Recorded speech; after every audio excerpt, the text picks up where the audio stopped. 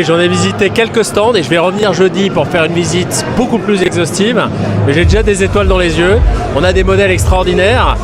À 48 ans, Marc Ferracci a déclenché un véritable séisme médiatique, en brisant enfin le silence sur ce que beaucoup n'osaient même plus évoquer. La vérité choquante sur Sophie Ferracci. Ce n'est pas une confession ordinaire, mais une révélation qui a secoué la scène politique et personnelle française, mêlant émotion, secrets enfouis et tensions longtemps dissimulées derrière une façade de sérénité publique.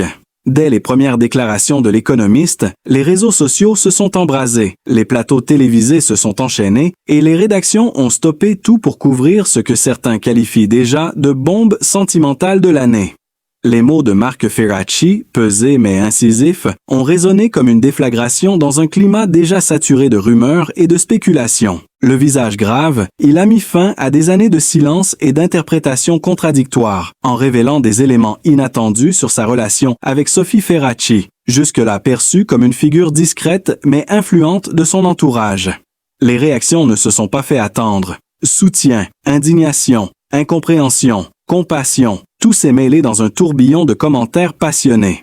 Les hashtags à son nom ont envahi X et Instagram en quelques heures. Les journalistes d'investigation se sont lancés dans une chasse effrénée aux détails, tandis que les chroniqueurs de talk show analysaient chaque mot, chaque geste, chaque silence du couple Ferracci. Dans les couloirs du pouvoir comme dans les cafés parisiens, on ne parlait plus que de ça. Qu'est-ce qui s'est réellement passé entre eux? Qu'est-ce qui a poussé Marc à tout dire maintenant? Au sommet de sa carrière, au moment où il semblait avoir tout maîtrisé. Le choc est tel que certains observateurs évoquent déjà un avant et un après dans l'image publique de l'élu.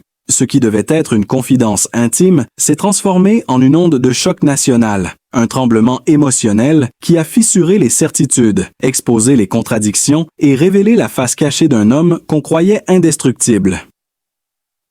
La révélation de Marc Ferracci a agi comme une détonation dans le paysage médiatique français, un choc d'une intensité rare qui a bouleversé à la fois la sphère politique et intime. Les premières images diffusées par les grandes chaînes ont montré un homme visiblement tendu, la voix légèrement tremblante, mais déterminé à mettre un terme aux rumeurs qui l'entouraient depuis des mois. L'instant où il a prononcé le nom de Sophie Ferracci, avec une gravité inhabituelle, a figé les visages des journalistes présents.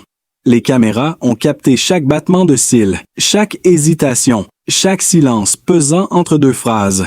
En quelques minutes, ce moment est devenu viral, reproduit en boucle sur toutes les plateformes, partagé des millions de fois, suscitant une avalanche de commentaires entre admiration, choc et incrédulité. Les plus proches de Marc Ferracci ont été pris de court. Certains collaborateurs parlent d'un homme acculé par la pression médiatique, d'autres d'une libération nécessaire après des années de non-dit. Ce que peu savaient, c'est que derrière les apparences d'un couple discret se cachait une tension profonde, faite de compromis, de décisions douloureuses et de désaccords qui avaient fini par creuser un fossé invisible. Dans les rédactions, on exhume des archives, on relit d'anciennes interviews à la recherche de signes précurseurs. Une photo en particulier circule avec insistance, celle d'un dîner officiel de 2021 où Sophie, le regard perdu, semblait distante, tandis que Marc affichait un sourire mécanique. Ce cliché, passé inaperçu à l'époque, devient aujourd'hui une preuve symbolique d'un malaise longtemps refoulé. Des témoins racontent que dès cette période, quelque chose s'était fissuré dans leur relation. Un conseiller politique proche du couple confie anonymement qu'une série de désaccords sur des projets personnels aurait déclenché une incompréhension grandissante entre eux. Ce que Marc Ferracci a révélé lors de sa déclaration dépasse pourtant le simple cadre conjugal. En choisissant d'exposer une part de sa vie jusque-là strictement protégée, il a ouvert un débat sur la frontière entre vie privée et responsabilité publique. Les plateaux télé se sont emparés du sujet. Les éditorialistes évoquent un tournant générationnel où les figures politiques ne peuvent plus cacher leurs failles derrière le langage diplomatique. Les magazines du week-end consacrent déjà des dossiers spéciaux à cette affaire, parlant d'un tsunami émotionnel. Dans les rues, les cafés, les réseaux, chacun commente, analyse, juge.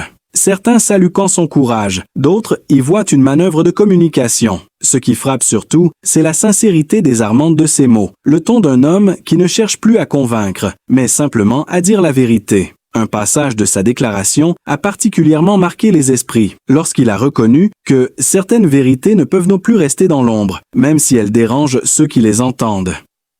Ces mots ont provoqué un silence lourd dans la salle avant que les flashs ne se déclenchent de toutes parts. On dit qu'à ce moment précis, Sophie Ferracci, absente de la conférence, aurait quitté Paris pour se réfugier chez une amie à Aix-en-Provence. Des témoins l'auraient aperçue le lendemain, lunettes noires et manteau long, visiblement ému, refusant toute question. Depuis, chacun scrute le moindre indice, la moindre réaction officielle de sa part. Mais le silence de Sophie ne fait qu'alimenter le mystère et renforcer l'aura dramatique de cette affaire. Les proches du couple parlent de fatigue accumulée, de pression externe, de choix de carrière incompatibles. Les réseaux sociaux amplifient chaque hypothèse, certains commentateurs affirmant que cette révélation pourrait marquer la fin d'une époque où la politique se mêle intimement aux sentiments. La tension atteint son apogée lorsque plusieurs journaux publient simultanément des extraits inédits de correspondances privées qui laissent en entrevoir un lien plus complexe qu'on ne l'imaginait. L'opinion publique se divise, oscillant entre empathie et curiosité morbide.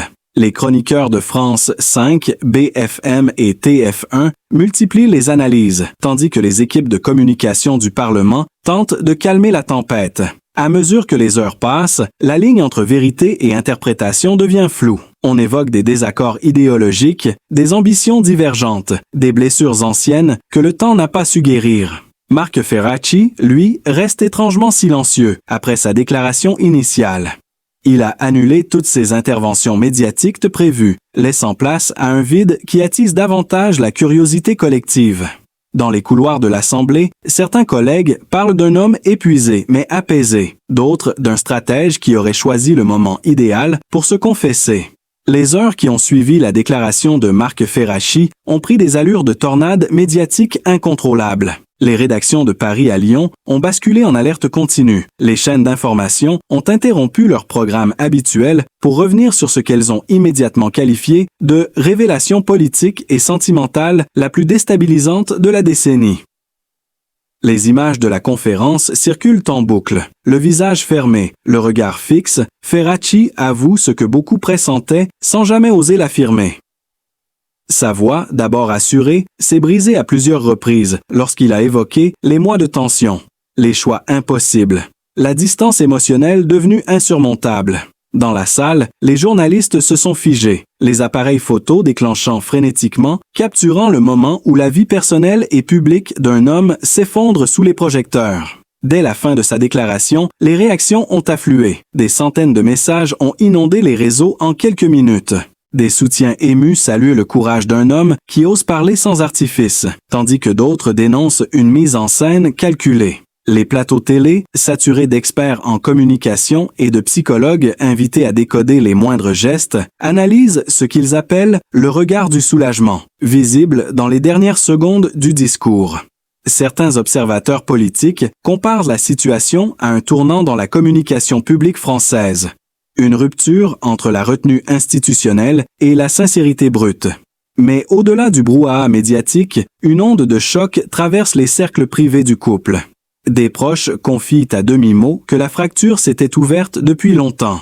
Des échanges de courriels, exhumés par certains médias, montrent un ton devenu glacial entre eux, des phrases précises, tranchantes, presque administratives. Les tabloïds s'en emparent et les diffusent sans retenue. Parmi ces extraits, une phrase retient particulièrement l'attention. « Nous avons voulu être parfaits pour les autres, mais nous avons oublié d'être sincères entre nous. » Cette ligne, attribuée à Sophie, a bouleversé l'opinion. Elle est devenue, en quelques heures, le symbole tragique d'une histoire d'amour étouffée par les exigences du pouvoir et de la représentation. Les photographes postés devant leur domicile rapportent une scène glaçante. Les volets fermés, le portail verrouillé, aucun mouvement apparent. Des voisins disent avoir entendu des éclats de voix dans les jours précédant la déclaration. Les journaux s'interrogent sur les causes profondes de cette explosion publique. Pression politique, divergence idéologique ou simplement l'usure d'une double vie sous tension permanente. Le soir même, plusieurs personnalités politiques ont été aperçues quittant discrètement le domicile de Ferracci après une réunion de crise. Des témoins décrivent une atmosphère tendue, presque irréelle, où se mêlaient colère et incompréhension. Dans les talk-shows du lendemain, les réactions se succèdent sans répit. Une journaliste proche du couple raconte avoir remarqué depuis plusieurs mois des signes précurseurs, des absences répétées lors d'événements officiels, des regards fuyants, un éloignement progressif qui ne trompait plus personne. Les experts en images publiques parlent d'un effondrement soigneusement contenu jusqu'à présent. Les analystes politiques, eux, évoquent une perte de contrôle maîtrisée, un aveu destiné à précéder une tempête plus grande. Ce qui frappe, c'est la précision des mots choisis par Marc Ferracci, comme s'il voulait confesser sans accuser, expliquer sans se justifier. Il a notamment évoqué la nécessité de mettre fin à une illusion devenue destructrice, phrase reprise en une de tous les grands journaux. La photo de lui sortant du bâtiment, tête baissée, entouré d'agents de sécurité, est devenue l'image d'un tournant. Dans les heures qui suivent, de nouveaux éléments surgissent. Une ancienne collaboratrice de Sophie révèle que cette dernière aurait plusieurs fois envisagé de quitter la vie publique pour se consacrer à des projets personnels, mais que les ambitions croisées de leur couple rendaient cette décision impossible. Une tension grandissante aurait alors empoisonné leurs échanges. Dans le flot d'informations qui se déversent, un enregistrement audio, capté lors d'un dîner privé et divulgué par un média en ligne, ajoute une dimension explosive à l'affaire. On y entend la voix de Ferracci, plus émotive, évoquant « les sacrifices qu'on ne peut pas demander éternellement à quelqu'un qu'on aime ». Ces mots, diffusés sur toutes les antennes, provoquent une nouvelle vague d'émotions. Le public se divise entre compassion et scepticisme. La réaction de la famille Ferracci a ajouté une dimension nouvelle à ce drame public déjà saturé d'émotions et de spéculations. Dès les premières heures suivant la déclaration, un silence pesant a enveloppé le cercle familial. Un silence interprété par beaucoup comme la marque d'une déflagration interne. Des proches de Marc évoquent un climat tendu, des échanges interrompus, des appels non répondus. Les parents de Sophie, restés longtemps à l'écart des projecteurs, auraient été bouleversés par la brutalité de l'annonce. D'après des sources proches, la mère de Sophie aurait été hospitalisée brièvement pour un malaise survenu en apprenant la nouvelle à la télévision. Les chaînes d'information, insatiables, ont diffusé en continu les images de leur résidence familiale à Ajaccio, scrutant chaque mouvement, chaque visite, chaque voiture entrant dans la cour. Les journalistes postés devant la maison décrivent une atmosphère électrique, faite de va-et-vient rapides, de rideaux tirés, de regards fuyants. Un voisin a rapporté avoir entendu des éclats de voix la veille, confirmant que la tension avait atteint son paroxysme avant même la révélation publique. Du côté de la famille de Marc, les réactions ont été tout aussi intenses, mais plus contenues. Son frère aîné, contacté par plusieurs médias, a refusé tout commentaire, se bornant à dire que Marc a choisi de dire la vérité et cela lui appartient. Une phrase courte mais lourde de sens, qui a été interprétée comme un signe de distance.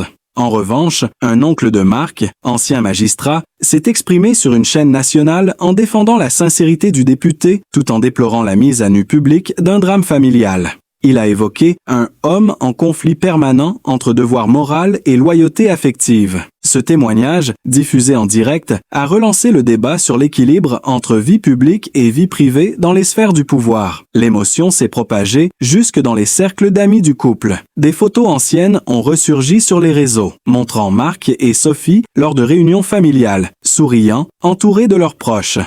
Ces images, aujourd'hui perçues comme les vestiges d'un bonheur fissuré, ont ravivé la nostalgie d'un équilibre perdu. Plusieurs amis communs, visiblement déchirés, ont tenté de calmer les esprits. L'un d'eux, un universitaire proche de Marc, a confié à un hebdomadaire que, derrière la façade politique, il y a un homme qui n'en pouvait plus de mentir à ceux qu'il aime. Ces mots, reproduits par tous les journaux, ont amplifié le sentiment d'un drame à la fois intime et universel.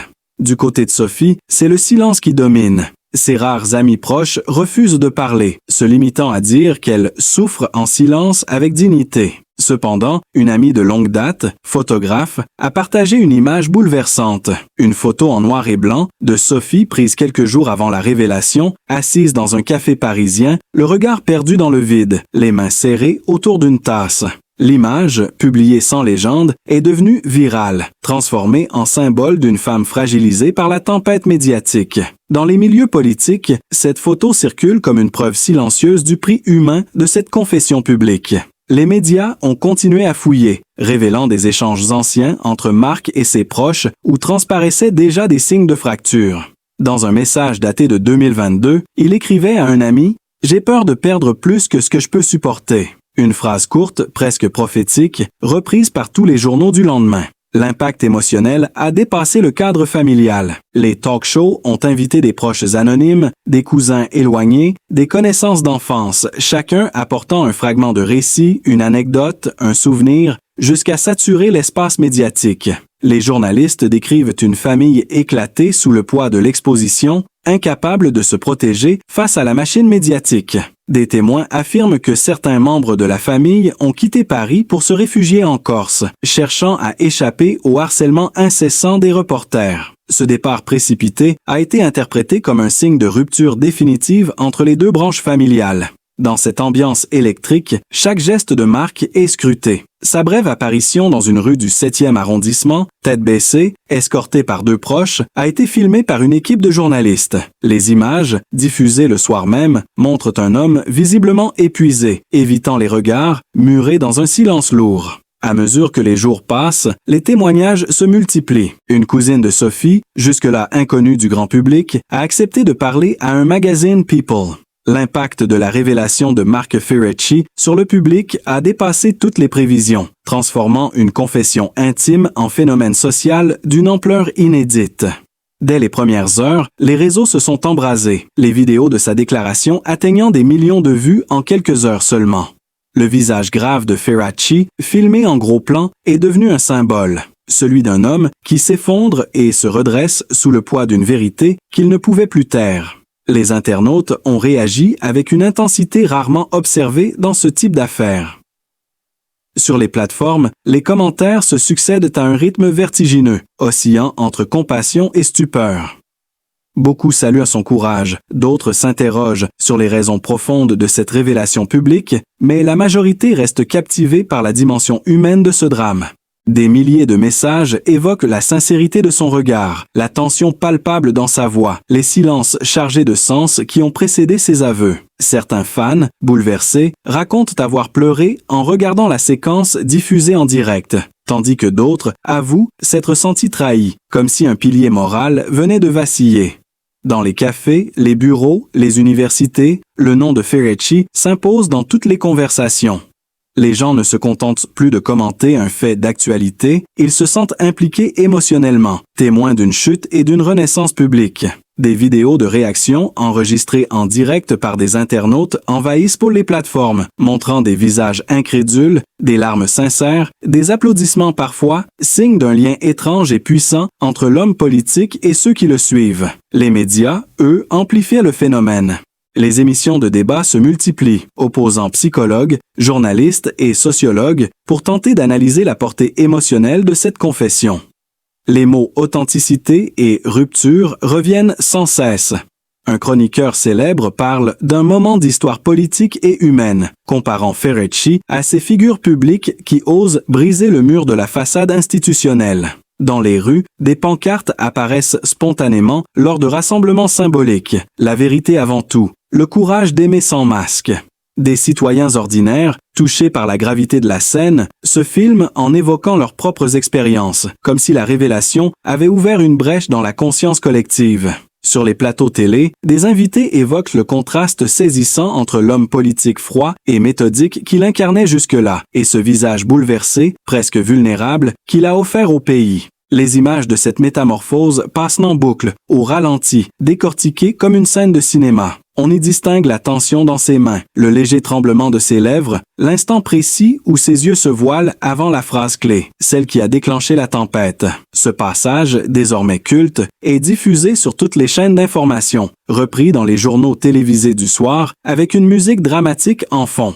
Les magazines publient des dossiers spéciaux, des enquêtes sur l'évolution de son image, des analyses psychologiques sur la transparence émotionnelle en politique. L'intérêt ne faiblit pas, au contraire. Des groupes de soutien se forment sur Internet, défendant son geste comme un acte de vérité nécessaire dans un monde saturé de faux-semblants. Des pétitions circulent, appelant à respecter son courage et sa douleur. Même des personnalités du show business s'expriment. Un acteur célèbre écrit sur son compte qu'il a rarement vu une confession aussi sincère. Une chanteuse populaire poste un message de solidarité accompagné d'une photo en noir et blanc avec la légende « Dire la vérité coûte cher, mais c'est le seul moyen de respirer ». Les plateaux de talk-show diffusent ces réactions en direct, alimentant la tension et l'émotion collective. Dans les jours qui suivent, plusieurs manifestations spontanées d'empathie se multiplient. Des fans déposent des fleurs devant les bureaux de Ferracci, des lettres anonymes de soutien affluent, certaines pleines de tendresse, d'autres chargées d'une colère silencieuse envers les médias accusés d'avoir amplifié la douleur d'un homme déjà meurtri. Sur les plateaux, des journalistes évoquent un phénomène Ferracci, une sorte de miroir social dans lequel chacun projette ses propres fractures intérieures. Un éditorialiste de renom publie une tribune intitulée « La vérité n'appartient plus à ceux qui la disent, mais à ceux qui la regardent », texte partagé des centaines de milliers de fois. Ce qui frappe le plus, c'est la façon dont cette histoire a transcendé la frontière entre politique et émotion. Alors que la vague d'émotions semblait atteindre son apogée, un phénomène encore plus troublant a commencé à se produire. Les gens ne se contentaient plus de commenter, ils se reconnaissaient dans le drame de Mark Ferracci. Dans les gares, les écoles, les entreprises, le sujet s'est infiltré dans chaque conversation, comme un écho collectif d'une vérité longtemps retenue. Des anonymes témoignaient à visage découvert sur les plateaux de télévision, évoquant leurs propres mensonges, leurs propres renoncements, leurs blessures familiales. Ce qui n'était au départ qu'un événement médiatique s'est transformé en une sorte de confession nationale, une catharsis publique où chacun, d'une manière ou d'une autre, semblait vouloir se libérer à son tour. Les sociologues parlent d'un effet miroir, d'un phénomène rare, où la vie d'un seul individu devient le déclencheur d'une prise de conscience collective. La vidéo originale de la révélation de Ferracci a franchi le cap symbolique des 50 millions de vues, un record absolu pour un discours politique personnel. Les émissions spéciales se multiplient, certaines diffusant des témoignages inédits, d'autres invitant d'anciens proches du couple Ferracci qui, pour la première fois, osent raconter les coulisses d'une vie trop parfaite pour être vraie. Un ancien collègue décrit Mark comme un homme prisonnier de sa propre exigence, incapable d'accepter la moindre fissure dans son image publique. Selon lui, cette obsession de la maîtrise aurait fini par tout détruire. À mesure que ces détails sortent au grand jour, l'image d'un homme politique distant se dissout, laissant place à celle d'un être humain dépassé par ses propres contradictions. L'un des moments les plus forts de cette vague médiatique est sans doute la diffusion, lors d'un journal télévisé de grande écoute, d'un reportage consacré à la correspondance retrouvée entre Mark et Sophie. On y découvre une série de lettres écrites à la main, pleines de tendresse et de désespoir. Certaines datent de plus de 10 ans, d'autres de quelques semaines seulement avant la révélation.